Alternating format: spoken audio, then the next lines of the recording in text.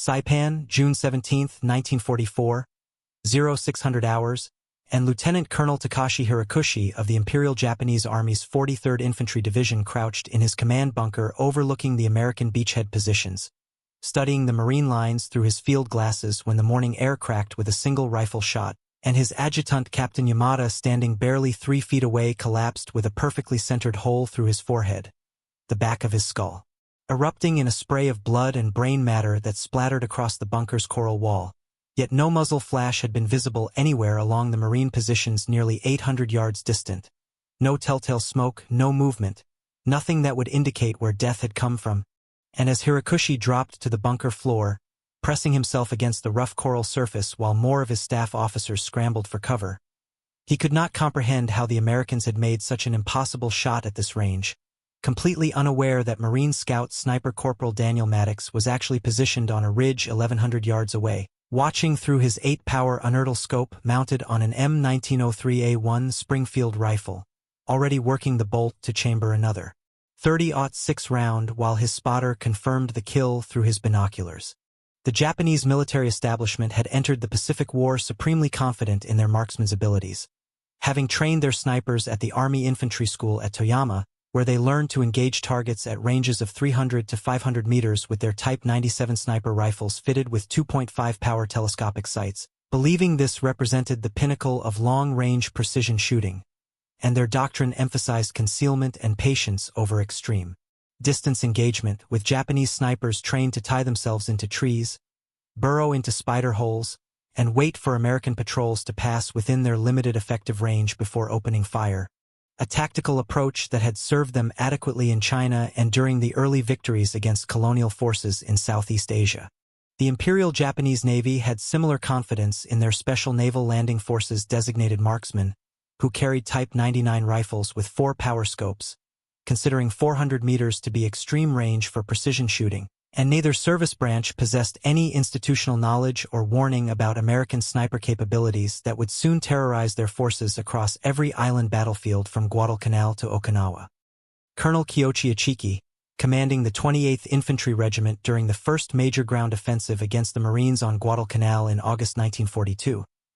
had received intelligence reports from naval headquarters suggesting the American defenders were poorly equipped, demoralized, and using outdated World War I surplus rifles that would be no match for Japanese infantry tactics, completely unaware that select Marines were already deployed with national match M1903A1 rifles, fitted with sophisticated unertl scopes that had been developed from decades of competitive long-range shooting experience at Camp Perry, where Marine teams had dominated the 1,000-yard firing lines using these same precision instruments that could reliably group shots within a 10-inch circle at ranges that Japanese military doctrine considered impossible for infantry weapons. The unertl scope itself represented a quantum leap in optical technology that Japanese forces never truly understood, featuring an 8-power magnification with external adjustment knobs providing precise windage and elevation corrections in quarter-minute clicks, allowing trained Marine snipers to compensate for wind drift, bullet drop, and even the Coriolis effect at extreme ranges, capabilities that simply did not exist in any Japanese military optical sight. When Private First Class Masao Watanabe of the 2nd Sendai Division encountered Marine sniper fire for the first time in the jungle ridges above Henderson Field on Guadalcanal in October 1942, he wrote in his diary that death came from nowhere, describing how Lieutenant Sato had been addressing their platoon about the upcoming night infiltration when his head suddenly snapped backward, a red mist hanging in the humid air where his face had been, the crack of the rifle reaching them. A full 2 seconds after the officer fell, and as the platoon scattered into the jungle undergrowth, Watanabe could not understand how the Americans could even see them through the dense canopy, let alone deliver such precise fire from distances their own rifles could barely reach. Not knowing that Marine sniper teams had spent weeks studying Japanese movement patterns, identifying the trails their officers used, the clearings where they held formations, establishing shooting positions with clear lanes of fire at ranges of 700 to 900 yards where the unertl-equipped M1903A1 rifles could deliver instant death while remaining far beyond the effective range of any Japanese weapon. The M1903A1 rifle that terrorized Japanese forces throughout the Pacific Campaign had originally been developed for competitive shooting, built on the proven Springfield action with a star-gauged barrel that guaranteed exceptional accuracy, fitted with match-grade triggers adjusted to a crisp 4-pound pull, and equipped with carefully selected walnut stocks that had been bedded and fitted by marine armorers at the Philadelphia Naval Depot to ensure consistent accuracy even in the harsh tropical conditions of the Pacific Theater, specifications that meant nothing to Japanese intelligence officers, who continued to insist American rifles were inferior to Japanese weapons even as their casualty reports showed officer after officer killed by single, precisely placed shots from distances their own snipers could never attempt. The unertl scope mounted on these rifles had been specifically requested by the Marine Corps Equipment Board after extensive testing showed it maintained zero even after the violent recoil of sustained firing, unlike the delicate Japanese scopes that required constant readjustment, and the unique sliding mount system allowed the scope to move rearward under recoil, protecting the precision optics while maintaining the exact point of aim when pulled back into battery position for the next shot. Major General Kyote Kawaguchi, commanding the 35th Infantry Brigade during the September 1942 offensive against Bloody Ridge on Guadalcanal, lost 17 officers above the rank of lieutenant to sniper fire in 3 days of fighting, including his operations officer Major Tanaka, who was shot through the throat while studying a map at what they believed was a safe distance behind their forward positions, nearly 1,000 yards from the nearest known Marine positions on Edson's Ridge. The fatal shot, delivered by Gunnery Sergeant Mitchell Barnes using an M1903A1 with an unertl scope, who had infiltrated forward of Marine lines before dawn, established a concealed position on a coral outcropping that gave him commanding views of Japanese assembly areas, and proceeded to systematically execute every officer he could identify through his 8-power scope, using the samurai swords they wore as identification markers, engaging targets at ranges of 800 to 1,100 yards with such precision that surviving Japanese officers began removing all rank insignia and distinguishing equipment, trying desperately to blend in with common soldiers to avoid the attention of invisible death that seemed to reach out from impossible distances. The psychological impact of Marine sniper operations on Japanese forces exceeded even the significant tactical damage, as testified by Lieutenant Commander Ishikawa of the Yokosuka 7th Special Naval Landing Force, who survived the Tarawa assault in November 1943, later writing in his post-war memoir that the Americans possessed demon eyes that could see through walls and jungle, killing at distances that defied understanding, describing how his unit's advance across the airfield had stalled not from machine gun fire or mortars, but from the paralyzing fear that gripped his sailors when their petty officers began dropping one by one, neat holes appearing in their foreheads or chests, no sound except the distant crack of a rifle so far away it seemed impossible it could be connected to the deaths occurring around them, forcing the survivors to crawl on their bellies for hundreds of meters because standing upright meant instant death from an enemy they could neither see nor engage, completely unaware that Marine scout snipers had positioned themselves on the pier and in the damaged control tower, some nearly 1,200 yards from the airfield, using their unertl scopes to pick off Japanese leaders with the same methodical precision they had learned on the known distance ranges at Camp Pendleton. Captain Sakai Oba, who led the famous holdout resistance on Saipan for months after the island fell, recorded in his hidden journal that the greatest fear among his men was not the Marine infantry or their tanks but the ghost shooters who killed from beyond the clouds, referencing the Marine snipers whose shots came from such extreme ranges that Japanese soldiers created supernatural explanations for deaths they could not comprehend within their understanding of military weapons, with some believing the Americans had developed a new type of death ray or invisible projectile, not knowing that Marine snipers like Corporal Robert Holmes had spent weeks perfecting their holds for the unique atmospheric conditions of Saipan, adjusting for the constant trade winds,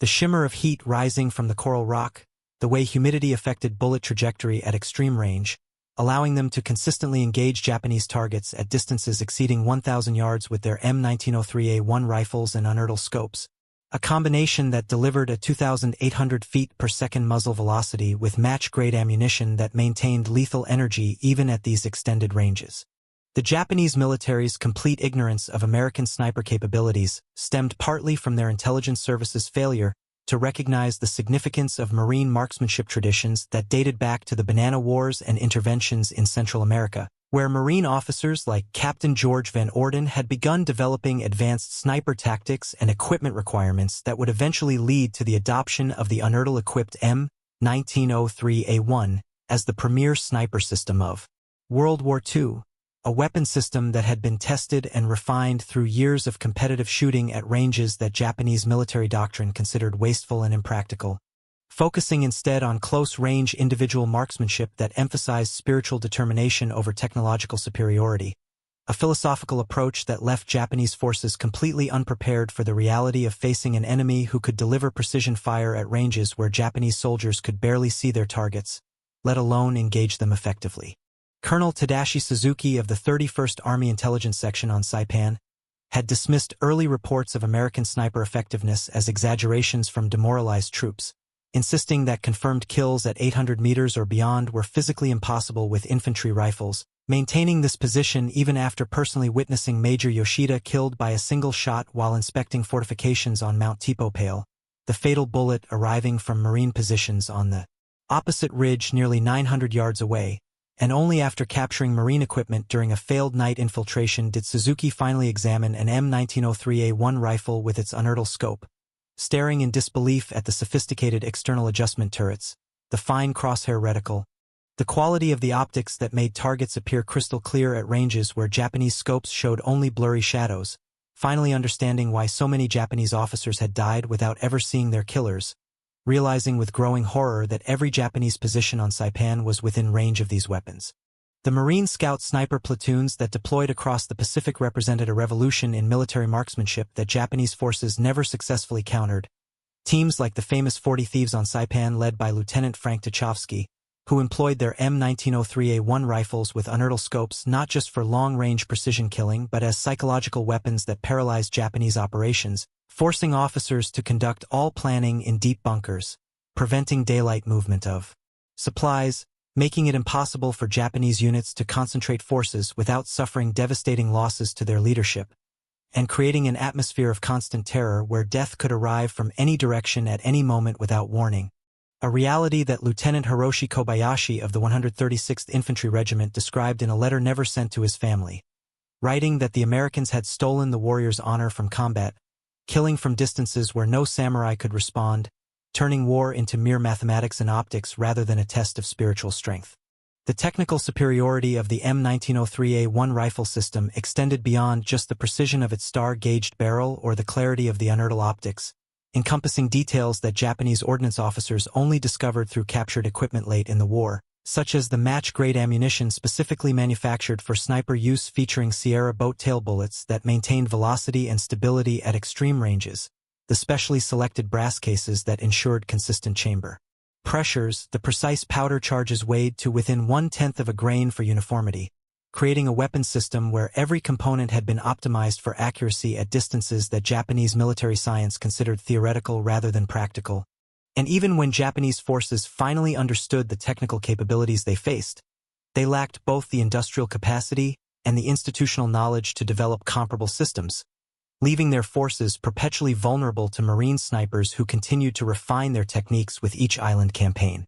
Gunnery Sergeant Carlos Hathcock would later perfect these same techniques in Vietnam using a Winchester Model 70 with an 8-power unertl scope nearly identical to those used in World War II. But the foundation of Marine sniper supremacy had been established on the coral ridges and jungle peaks of the Pacific Islands, where men like Sergeant John Bassilone's sniper support team on Guadalcanal had demonstrated that precise long-range rifle fire could shape entire battles, killing Japanese machine gun crews at ranges where they felt safely beyond American reach, eliminating artillery observers before they could direct counter-battery fire, destroying the Japanese tactical advantage of infiltration and night fighting by removing their leadership before attacks could develop, capabilities that Colonel Toshinari Shoji commanding the 230th Infantry Regiment reported to General Hyakutake as unprecedented in modern warfare, describing American sniper fire as reaching out like the hand of death itself to pluck away Japan's best officers and sergeants with supernatural accuracy. The M1903A1 rifles themselves became objects of fearful fascination among Japanese troops, who managed to examine captured or abandoned examples, with Private Kenji Yamamoto of the 17th Army writing in his diary about finding a dead Marine sniper on Bougainville, describing the rifle as impossibly long and heavy, the scope appearing more like a surveyor's instrument than a weapon sight, counting the clicks as he turned the adjustment knobs, not understanding that each click moved the point of impact exactly 1/4 minute of angle, allowing trained Marine snipers to make precise corrections for range and wind that would place a .30 caliber bullet exactly where they wanted it at distances exceeding 1,000 yards, a level of precision that seemed like sorcery to Japanese soldiers trained to rely on Kentucky windage and instinct rather than mathematical calculation, and Yamamoto noted with particular amazement the quality of the rifle's construction. The smooth action of the bolt, the perfect inletting of the stock. Details that spoke of an industrial infrastructure and precision manufacturing capability that Japan could never match even before the war's devastation of their production facilities. Lieutenant Colonel Masashi Ogawa, serving as operations officer for the 5th Base Force on Tarawa, survived the 76-hour battle to provide one of the few senior Japanese perspectives on Marine sniper operations during that devastating defeat, testifying during post-war interrogations that American sniper fire had effectively decapitated Japanese command structure within the first 24 hours of fighting, describing how Admiral Shibasaki and his entire staff had been killed when they attempted to move between command posts, picked off one by rifle fire from distances that seemed impossible, forcing subordinate commanders to operate without coordination or intelligence, unable to mass forces for counterattacks without exposing themselves to precision fire that never missed. And Ogawa particularly noted that American snipers seemed to possess an uncanny ability to identify Japanese officers even when they had removed all rank insignia, as if the telescopic sights could peer into a man's soul and identify leadership qualities, not realizing that Marine snipers had been trained to recognize authority through body language, positioning, the way other soldiers deferred to certain individuals, subtle indicators that became obvious when magnified 8 times through an unertl scope. The Battle of Peleliu in September 1944 demonstrated the evolution of Marine sniper tactics against Japanese forces who had finally begun to understand the threat they faced, with Colonel Kunio Nakagawa ordering all his officers to wear enlisted uniforms, forbidding any gathering of more than 3 men in daylight,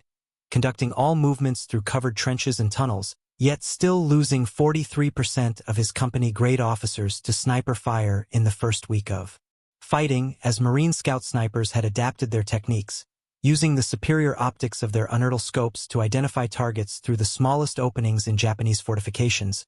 threading bullets through firing ports, ventilation slots, gaps between coral boulders, employing their M1903A1 rifles like surgical instruments to systematically dissect Japanese defensive positions from ranges where return fire was impossible,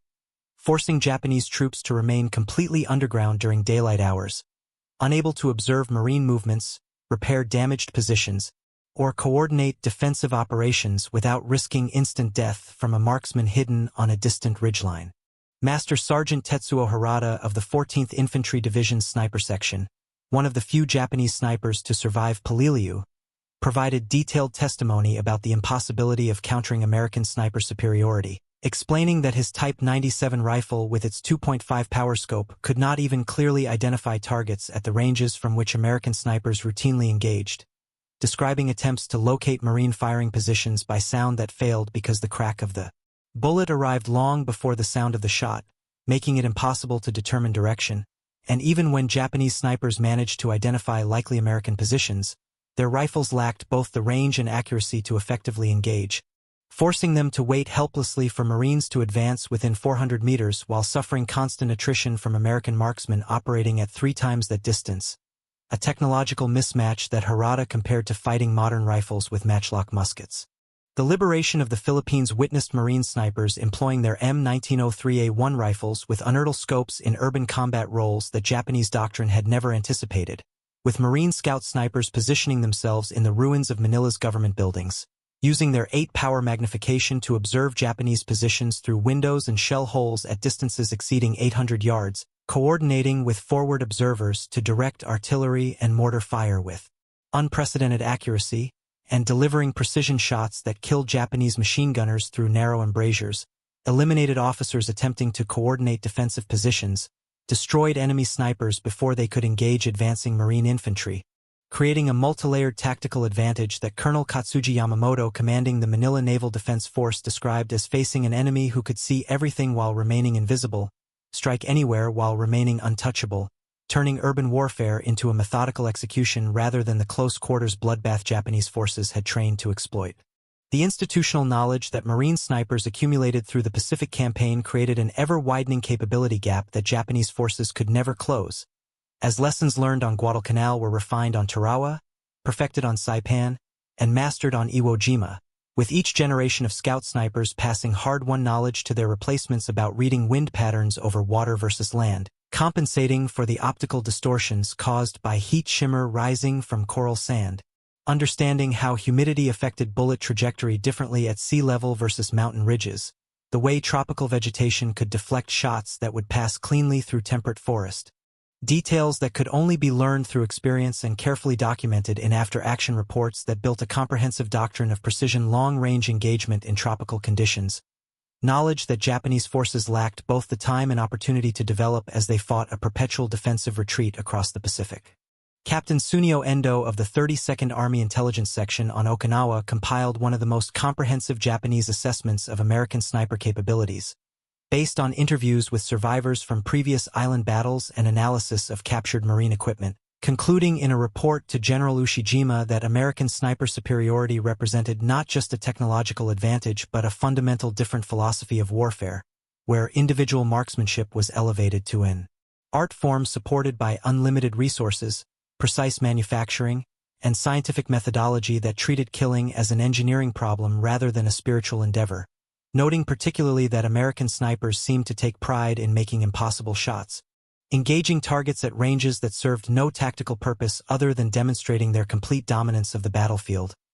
Psychological warfare through precision that destroyed Japanese morale more effectively than any artillery barrage or bombing raid could achieve. The M1903A1 rifle with its unertl scope became so feared among Japanese forces that numerous supernatural beliefs developed around these weapons, with soldiers on Saipan reporting that American snipers could see through walls, shoot around corners, and kill men hiding in caves, beliefs that arose from incidents where Marine snipers had used their superior optics to observe Japanese movement patterns, predicting where targets would appear, positioning themselves to engage enemies the moment they exposed themselves, creating an illusion of omniscience that terrified Japanese troops who had no frame of reference for such capabilities, and some units began performing Shinto purification rituals before patrols,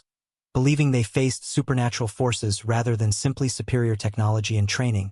A breakdown in military rationality that Lieutenant Yoshio Suzuki of the 9th Tank Regiment attributed directly to the psychological impact of sniper casualties that seemed to violate the natural laws of warfare as Japanese soldiers understood them. The production specifications of the M1903A1 rifles used by Marine snipers revealed an attention to detail that Japanese military industry could not match even before resource shortages crippled their manufacturing, with each rifle barrel individually tested for accuracy, those failing to group within specifications rejected for sniper use, stocks carefully selected from properly dried walnut with straight grain that would not warp in tropical humidity, actions hand-fitted to ensure smooth operation without binding, triggers adjusted by skilled armorers to break cleanly without creep or over-travel, creating weapons that maintained their accuracy through thousands of rounds in conditions that quickly degraded Japanese rifles,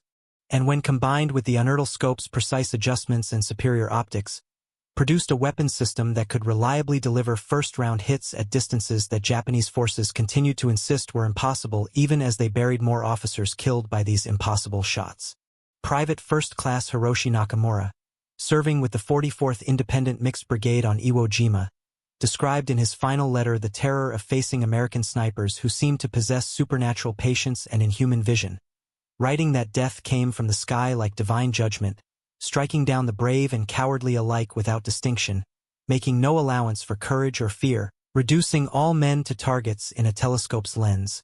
And Nakamura particularly noted the sound of American sniper shots, a sharp crack distinct from the boom of standard rifles, arriving after men had already fallen, as if death traveled faster than sound itself, not understanding that the high-velocity 30-06 rounds from M1903A1 rifles indeed reached their targets before the sound of the shot at extended ranges, creating the eerie effect of silent death followed by distant thunder that so unnerved Japanese troops who had no comparable experience from their training or previous combat. The 8-power magnification of the unertl scope provided Marine snipers with a decisive advantage in target identification and engagement that went far beyond simple range extension,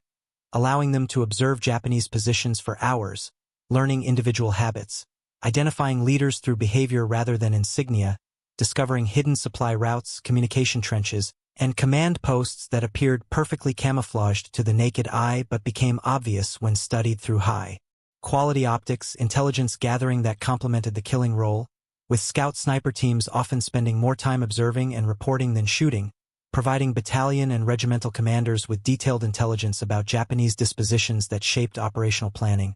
A dual role that Japanese military doctrine had never developed for their own snipers, who were seen purely as individual killers rather than reconnaissance assets. Corporal Yukio Tanaka of the Naval Guard Force on Tinian wrote one of the most detailed Japanese accounts of encountering Marine sniper fire, describing an attempted daylight reconnaissance where his 8-man patrol lost 5 members to sniper fire without ever seeing their attacker. Shots coming from somewhere beyond a cane field that stretched for nearly 1,000 yards. Each shot perfectly placed for instant kills, head or center chest. No wounded to slow the survivors, who eventually crawled back to Japanese lines on their bellies, pushing through the razor-sharp cane leaves for hours rather than risk standing upright for even seconds. And Tanaka noted with particular bitterness that the American sniper had deliberately allowed 3 members to survive, as if demonstrating that death or survival was entirely at his discretion.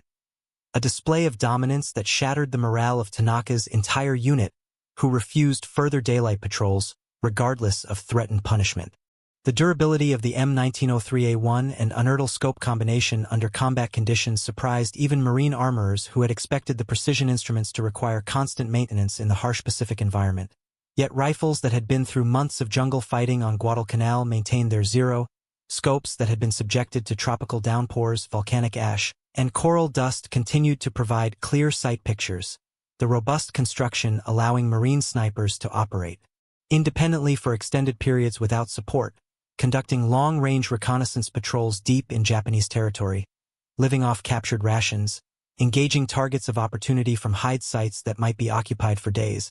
a level of operational independence that Japanese snipers tied to their units for ammunition resupply and orders could never achieve, creating an asymmetric threat that forced Japanese forces to dedicate disproportionate resources to counter sniper operations that rarely succeeded in eliminating the Marine marksman. Lieutenant Colonel Hideyoshi Obata, commanding the 3rd Battalion, 2nd Infantry Regiment on Guam, implemented the most comprehensive Japanese counter-sniper program of the Pacific War, training selected marksmen to hunt American snipers, developing elaborate deception plans using dummy officers to draw fire, even importing captured Soviet anti-tank rifles hoping their heavier bullets could match American range capabilities. Yet after 3 weeks of operations had not confirmed a single Marine sniper killed, while losing 12 of his own designated marksmen and numerous other casualties to long-range precision fire, leading Obata to conclude in his final report that American sniper superiority could not be countered with available Japanese resources, recommending that future operations simply accept sniper casualties as inevitable rather than waste resources on futile counter-sniper efforts. Admission of defeat that would have been unthinkable in the Japanese military before encountering the reality of Marine scout snipers armed with M1903A1 rifles and unertl scopes. The training differential between Marine and Japanese snipers reflected fundamentally different military cultures, with Marines selected from proven competitive shooters who had already demonstrated exceptional marksmanship skills, then subjected to intensive additional training in ballistics, range estimation, camouflage, and observation techniques, learning to read wind not just at their position but along the entire trajectory of their bullet,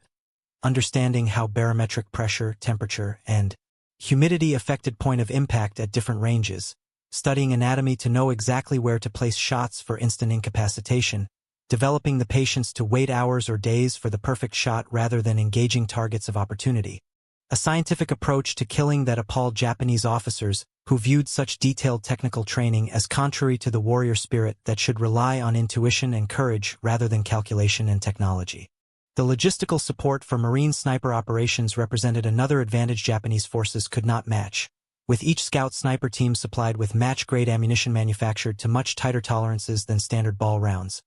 cleaning equipment specifically designed for maintaining precision rifles, replacement parts pre-fitted to individual weapons, even specialized clothing and equipment for extended operations behind enemy lines, a level of support that seemed wastefully extravagant to Japanese commanders operating under severe resource constraints, unable to provide their own snipers with anything beyond standard infantry equipment and ammunition that might vary significantly in quality between production batches, forcing Japanese marksmen to constantly re-zero their rifles and adjust for ammunition inconsistencies, while Marine snipers could rely on uniform ballistic performance from every round they fired. Major Masao Murayama, commanding the 2nd Sendai Division during the October offensive on Guadalcanal, reported losing more officers to sniper fire than all other causes combined during the assault on Henderson Field, writing in his after-action report that American marksmen had turned the jungle into a killing field where no movement was safe, no position secure, no distance far enough to ensure survival, describing how his battalion commanders had been forced to lead from the rear company, commanders to hide among their troops, platoon leaders to remove all distinguishing equipment. Yet still the attrition continued, methodical and relentless, as if the Americans possessed a list of every Japanese officer and were systematically working through it, not knowing that Marine scout snipers had indeed developed detailed target lists based on intelligence reports, aerial reconnaissance, and prisoner interrogations, hunting specific individuals whose elimination would cause maximum disruption to Japanese operations.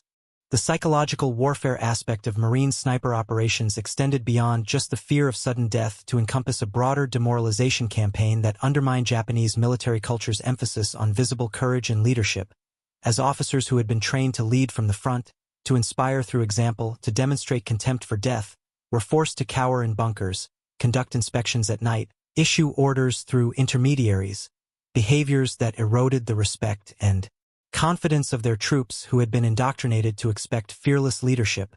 creating a crisis of authority that Captain Shigetoshi Nakato of the 65th Brigade described as more damaging than the actual casualties, writing that American snipers had not just killed Japanese officers but had destroyed the very concept of battlefield leadership that formed the foundation of Japanese military effectiveness. The Battle of Okinawa in spring 1945 represented the culmination of Marine sniper development in the Pacific War, with scout sniper teams equipped with M1903A1 rifles and unertl scopes operating in support of conventional infantry operations,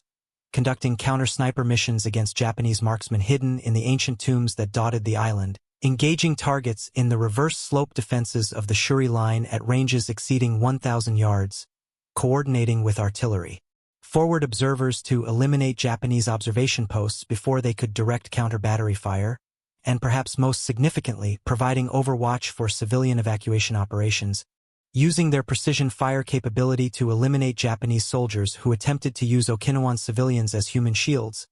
a level of discrimination in targeting that would have been impossible without the superior optics and accuracy of the M1903A1 and unertl combination. Colonel Hiromichi Yahara, the brilliant defensive strategist of the 32nd Army on Okinawa, devoted considerable analysis to American sniper tactics in his post-war writings, acknowledging that Marine marksmen had negated many of the advantages of Japanese defensive positions by engaging from ranges where return fire was ineffective, turning the battle into what he called a one-sided conversation where Americans could speak but Japanese could only listen and die, and Yahara particularly noted the impact on junior officer casualties, calculating that American snipers had eliminated over 60% of Japanese company-grade officers by the campaign's midpoint, forcing sergeants and even corporals to assume command responsibilities they were neither trained nor equipped to handle, accelerating the breakdown of organized resistance and contributing directly to the unprecedented casualties among Okinawan civilians caught between disorganized Japanese units and advancing American forces. The technical specifications that made the M1903A1 with unertl scope so effective revealed themselves through captured examples that Japanese ordnance experts examined when possible, discovering details like the scope's internal spring system that returned it to battery after each shot's recoil, the precisely ground lenses that provided edge-to-edge clarity without the distortion common in Japanese optics, the robust tube construction that maintained zero even after severe impacts, the external adjustment system that allowed for precise corrections without removing the scope from the rifle, innovations that Japanese optical manufacturers understood in theory but lacked the precision machinery and quality materials to replicate, especially as American bombing destroyed more of Japan's industrial infrastructure, leaving Japanese forces to face an ever-widening technology gap with no possibility of closing it. Sergeant Major Yoshio Takahashi, senior surviving NCO of the 9th Infantry Regiment on Iwo Jima, described the peculiar terror of American sniper operations during the battle's final phases when Japanese forces had been compressed into the island's northern tip, with nowhere to retreat, nowhere to hide, yet still dying one by one to aimed shots from Marine marksmen who had positioned themselves on the high ground overlooking the last Japanese positions, using their unertl scopes to peer into caves, bunkers, and fighting positions, delivering death through the smallest openings, turning the volcanic rock into a shooting gallery where Japanese soldiers could only wait for their turn to die. and Takahashi noted that many Japanese soldiers began to envy those killed by artillery or flamethrowers, deaths that at least came quickly and impersonally, unlike the calculated selection of sniper victims who might be observed for hours before the trigger was pulled. The intelligence failure that left Japanese forces unprepared for Marine sniper capabilities reflected deeper institutional problems within the Japanese military establishment, including an overemphasis on spiritual factors over material ones, a dismissal of American military competence based on racist assumptions about Western softness and lack of warrior spirit, and an intelligence apparatus more focused on grand strategy than tactical details, missing critical indicators like the Marine Corps' procurement of thousands of unearthed scopes in 1942, the establishment of scout sniper schools at Camp Pendleton and Camp Lejeune, the development of specialized sniper ammunition, details that should have warned Japanese commanders they would face an enemy who had elevated precision marksmanship to an unprecedented level. But these warnings were either not collected, not analyzed, or not disseminated to field commanders who continued to believe their own propaganda about American military incompetence.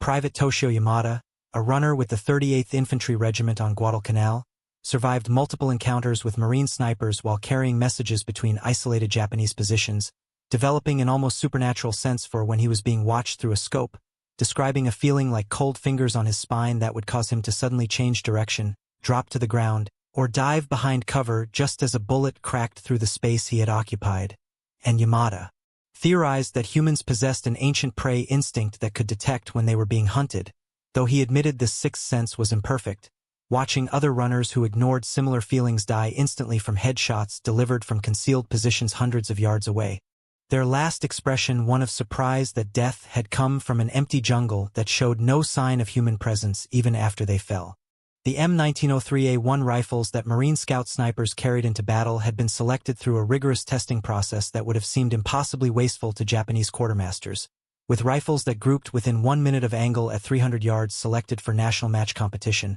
those that performed best at matches then evaluated for conversion to sniper configuration, only the most accurate receiving the modifications necessary to mount unearthed scopes, creating a selection process where perhaps one rifle in 50 met the standards for sniper use, a level of quality control that Japanese manufacturing could not approach even for their highest priority weapons, resulting in Marine snipers fielding rifles capable of consistent sub-minute of angle accuracy, while Japanese snipers struggled with weapons that might group within 3 or 4 minutes of angle on their best days. Captain Kenji Yamaguchi, intelligence officer for the 14th Area Army, compiled reports from across the Pacific Theater documenting the impact of American sniper operations, calculating that Marine Scout snipers had accounted for less than 1% of total American personnel engaged yet had inflicted over 15% of Japanese officer casualties, a ratio of effectiveness that no other weapon system achieved, and Yamaguchi particularly noted the cascading effects of these losses, as experienced officers were replaced by less capable subordinates who were themselves killed before gaining experience, creating a downward spiral of leadership quality that accelerated Japanese defeats on every island, turning what might have been organized withdrawals into routs, planned counterattacks into suicidal charges, coordinated defenses into isolated pockets of resistance that could be systematically reduced by American combined arms tactics. The manufacturing precision required to produce the unearthed scope mounted on M1903A1 rifles represented industrial capabilities that Japanese companies could barely comprehend, with lens grinding tolerances measured in fractions of wavelengths of light, mechanical components machined to thousandths of an inch, assembly performed in climate-controlled clean rooms to prevent contamination that might affect optical clarity, standards that seemed like fantasy to Japanese optical manufacturers working in factories damaged by bombing, using machine tools worn from overuse, operated by workers exhausted from years of war production, creating a quality gap that widened with each month of war as American industry refined and improved while Japanese manufacturing degraded under the pressure of material shortages and strategic bombing. Lieutenant Saburo Sasaki, one of the few Japanese snipers to survive multiple Pacific battles from Guadalcanal to the Philippines, provided detailed post-war testimony about the impossibility of competing with American sniper capabilities, describing attempts to engage Marine Scout snipers as suicide missions where Japanese marksmen were inevitably detected and eliminated before they could determine their opponent's positions, killed by riflemen they never saw operating from distances they could not reach, and Sasaki admitted that Japanese snipers eventually stopped trying to counter their American opposites, instead focusing on closer range targets of opportunity, accepting that the long-range precision domain belonged entirely to the Marines with their M1903A1 rifles and unertl scopes, a concession that would have been unthinkable to the proud Japanese military that had entered the war convinced of their tactical and spiritual superiority. The evolution of Marine sniper tactics through the Pacific Campaign created an institutional knowledge base that Japanese forces could never match, as lessons learned were documented, analyzed, and disseminated through formal training programs, after-action reports, and tactical bulletins that ensured hard-won experience was not lost when veteran snipers rotated home or became casualties, while Japanese military culture's emphasis on individual experience and spiritual intuition over systematic documentation meant that tactical lessons died with the men who learned them, leaving each new unit to discover American sniper capabilities through the same bloody process of trial and error, suffering the same casualties, learning the same lessons that previous units had already paid for in blood. A failure of institutional learning that Lieutenant Colonel Toshio Watanabe called criminal negligence by higher headquarters who seemed more interested in maintaining face than preserving lives. The specialized ammunition manufactured for Marine Scout snipers using M1903A1 rifles represented another technical advantage that Japanese forces never fully understood, with match-grade cartridges loaded with specially selected bullets weighing exactly 172 grains, pushed by precisely measured charges of IMR powder that delivered consistent muzzle velocities within 10 feet per second variation, assembled in cases that had been weight-sorted and neck-turned for uniform dimensions, creating ammunition that could maintain sub-minute accuracy at ranges where Japanese snipers using standard ball ammunition with velocity variations exceeding 100 feet per second could barely keep rounds on a man-sized target. A difference in consistency that meant Marine snipers could rely on their ballistic calculations while Japanese marksmen had to hope for lucky shots at extended ranges. Colonel Masaharu Homa, Chief of Staff for the 14th Infantry Division, documented 27 separate incidents where Japanese positions considered impregnable due to distance from American lines were neutralized by sniper fire during the Palau campaign, describing fortified observation posts on sheer cliff faces picked off by Marines shooting from neighboring islands across water channels exceeding 800 yards, machine gun positions in coral caves engaged through embrasures barely 8 inches wide from distances where the openings were invisible to the naked eye, command posts located in deep ravines eliminated by snipers shooting at extreme angles from mountain ridges, demonstrations of marksmanship that seemed to violate the laws of physics as Japanese military instructors had taught them, forcing a complete reevaluation of what constituted safe distance from American forces. The psychological profile of successful Marine Scout snipers differed fundamentally from Japanese selection criteria that emphasized aggressive warrior spirit and willingness to die for the emperor, with Marines selecting individuals who demonstrated patience, emotional stability, mathematical aptitude,